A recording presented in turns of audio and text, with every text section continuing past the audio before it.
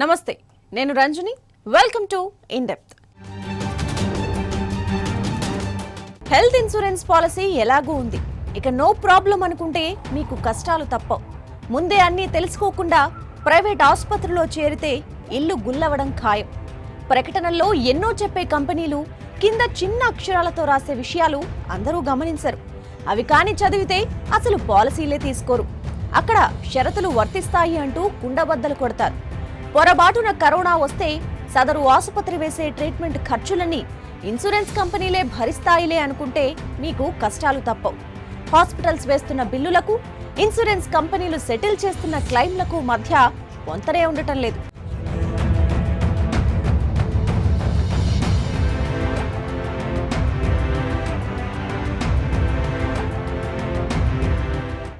మిగిలిన అమౌంట్ను పేషెంట్లు కట్టేంత వరకు హాస్పిటల్ యాజమాన్యం వదలడమూ లేదు. హాస్పిటల్ బిల్స్ కంటే ఇన్సూరెన్స్ కంపెనీలు చెల్లిస్తున్న అమౌంట్ చాలా తక్కువగా ఉంటోంది.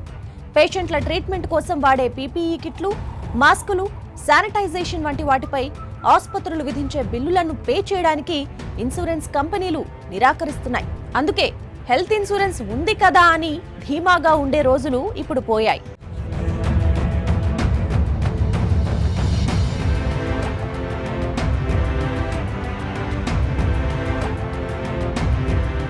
కరోనా పేషెంట్ల ట్రీట్మెంట్లో వాడే పీపీఈ కిట్ల ఖర్చులపై హాస్పిటల్స్ కు, ఇన్సూరెన్స్ కంపెనీలకు మధ్య మొదటి నుంచి ఏకాభిప్రాయం లేదు.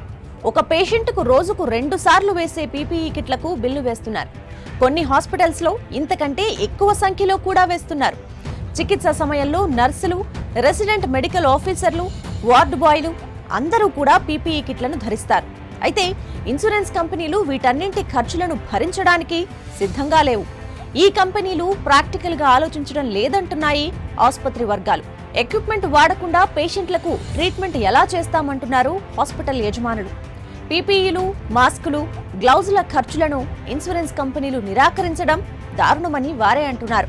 అయితే ఈ ఖర్చుల విషయంలో కొన్ని ఇన్సూరెన్స్ కంపెనీలు మాత్రం కొద్ది మొత్తంలో చెల్లిస్తూ ఉండగా మరికొన్ని అస్సలు చెల్లించడం లేదు. ఇవి చికిత్స పూర్తయి డిశ్చార్జ్ చేసే సమయానికి అన్నీ కలిపి తడిసి మోపెడవుతున్నాయి.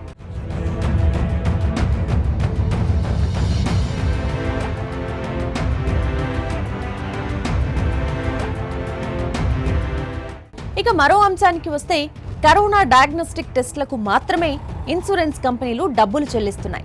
పాలసీ హోల్డర్ కు కరోనా పాజిటివ్ వస్తే హాస్పిటల్ బిల్లు ప్రకారం ఇన్సూరెన్స్ కంపెనీలు క్లెయిమ్ సెటిల్ చేయాలి.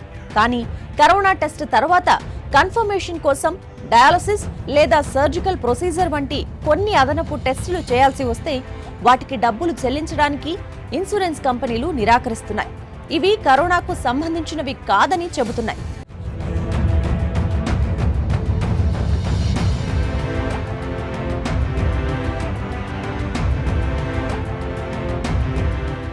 జూన్ 26 నాటికి ప్రూడెంట్ ఇన్సూరెన్స్ బ్రోకర్స్ సేకరించిన డేటా ప్రకారం సగటున కరోనా పేషెంట్ల క్లెయిమ్ సైజ్ 1.79 లక్షల రూపాయలుగా ఉండేది.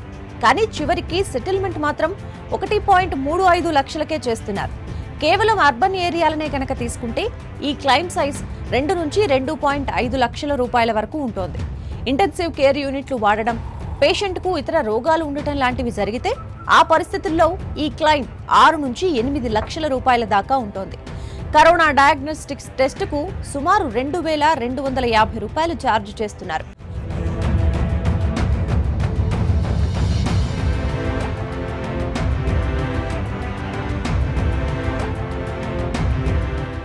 షరతుల మేరకు హాస్పిటల్లో జాయిన్ అయినప్పుడు చేసే రిజిస్ట్రేషన్ లేదా అడ్మిషన్ ఛార్జీలను ఇన్సూరెన్స్ కంపెనీలు చెల్లించవు.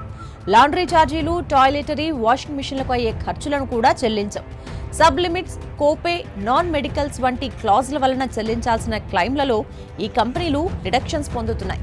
దీంతో ఇవి సెటిల్ చేస్తున్న మొత్తాలు హాస్పిటల్స్ వేసే బిల్లు కంటే చాలా తక్కువగా ఉంటున్నాయి. ఉదాహరణగా చూస్తే హాస్పిటల్ ఛార్జీలు ఎక్కువగా ఉన్నా కంటి చికిత్సకు నిర్వహించే క్యాట్రాక్ట్ ఆపరేషన్ కు గరిష్టంగా 25,000 రూపాయలని ఇన్సూరెన్స్ కంపెనీలు చెల్లిస్తాయి. బిల్స్ ను సెటిల్ చేసేటప్పుడు పాలసీలోని కో పే క్లాజ్ వలన పేషెంట్లు బిల్ అమౌంట్ లో 10 నుంచి 30% వరకు అదనంగా ఖర్చు పెట్టాల్సి వస్తోంది.